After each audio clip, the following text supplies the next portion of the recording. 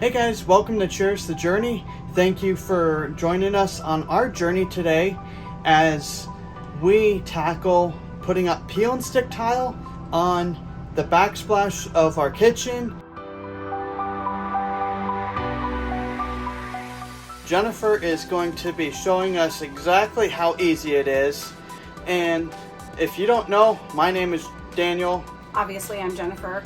And if you ever have thought about doing peel and stick tile, but you're not sure if you want to do it, you're not sure about how easy the process is, stay tuned because like Daniel said, I'm going to be installing the peel and stick tile in our RV kitchen so that you can see the process and really how simple it is. Today we're going to be doing our backsplash. We got this from Lowe's, right babe? Yep. We got this from Lowe's. Here, I'll show you one that isn't open yet. And we kind of see like what the label looks like and everything like that.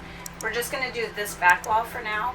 And then we're gonna see what it looks like, and then we'll do it just underneath. We have a little thing here that holds our knives, so we might just do like a little accent underneath this, but first we're gonna do this and see what it looks like, so let's get to it. So we are just trimming off the excess, on this one. We might do it on the one that goes at the end here, but we're trimming off the excess, that way it'll line up evenly with the wall right here and we won't have to kind of try to make it work without clipping these. So we're going to clip these and then we'll stick it on.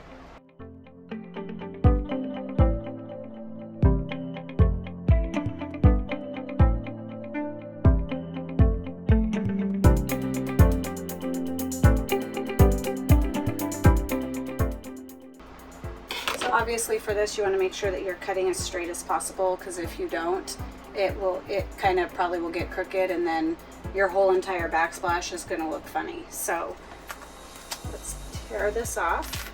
I think so there's two separate pieces of paper that are holding onto the sticky part. So I think what we're going to do today is we're just going to take off the top one.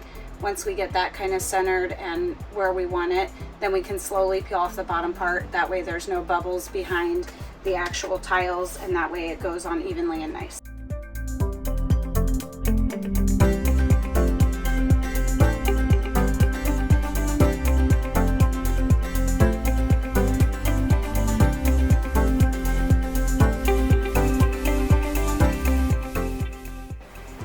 Press on the top obviously to get it set in place. That way when I slowly start tearing off the bottom paper, this doesn't rip off the wall. And I'm just kind of pressing between, I don't know if you guys see, there's the little grooves in between the tiles. I'm kind of just pressing in there to kind of get it to stick better. And I'm hearing popping, which means there was bubbles and I'm getting them out. So I'm going to do it one more time, I think, just to make sure if there are any bubbles that they get taken care of before we apply the rest of it. Okay. Now I'm going to take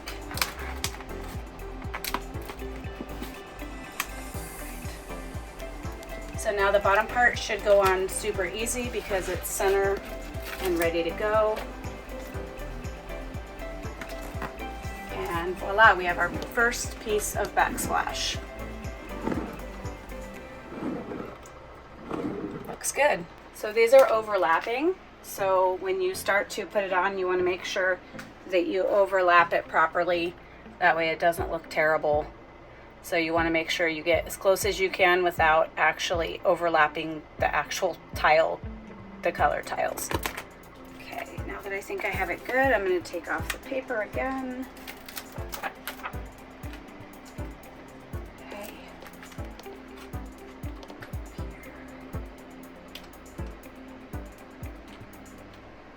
And usually for me, I want to make sure that I have the top part, the very top, straight before I start doing anything else.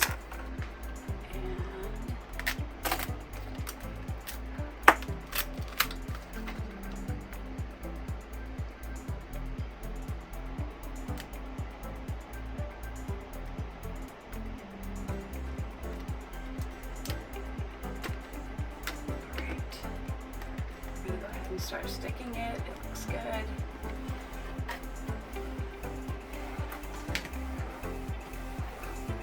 How's it look from far away, Daniel? It looks good. And if you can, I recommend getting a second person to help you. Someone that can be farther away like Daniel, that can see differently, because sometimes when you're looking at stuff really up close, it looks fine, but somebody far away can see it at a different angle, and they can tell you if it actually is even or not, or if you need to take it off and reapply it a different way. Okay, so now like the other one, we're going to remove this and finish sticking it down.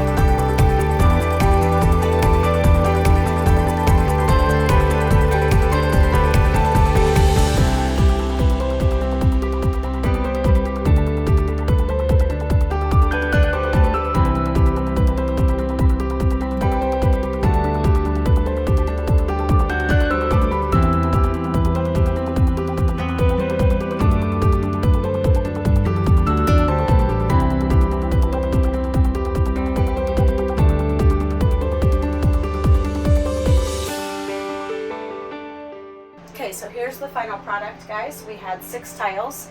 Each little package that you get at Lowe's just contains 1 tile. Obviously, you saw me cutting some of them to make them fit. We didn't have enough for this wall right here underneath where our knives go. We will be going out and getting more and putting this as an accent wall to accompany this wall.